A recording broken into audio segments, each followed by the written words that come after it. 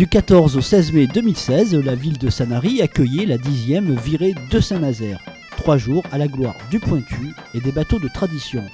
C'est en 2007 que la ville et l'association des Pointus de Sanary ont décidé de relancer l'épreuve initiée par Michel Pacha, alors maire de Saint-Nazaire, l'ancien nom de Sanary, en 1867. Une initiative qui fait école aujourd'hui sur le pourtour méditerranéen, comme nous le précise Christian Bénet, le président de l'association.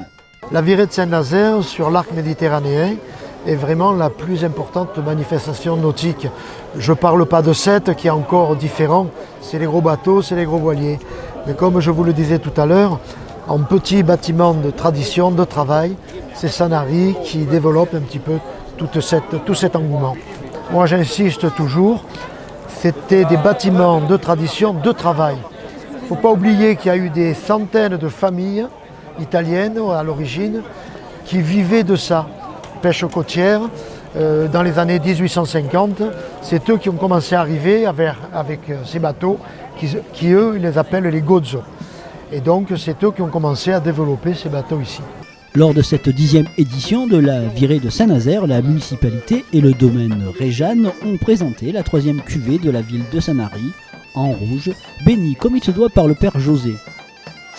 Ces 3 jours se sont terminés avec l'abordage des pirates pour la plus grande joie des enfants. Et si vous n'étiez pas là, ne manquez pas la 11e édition de la virée de Saint-Nazaire.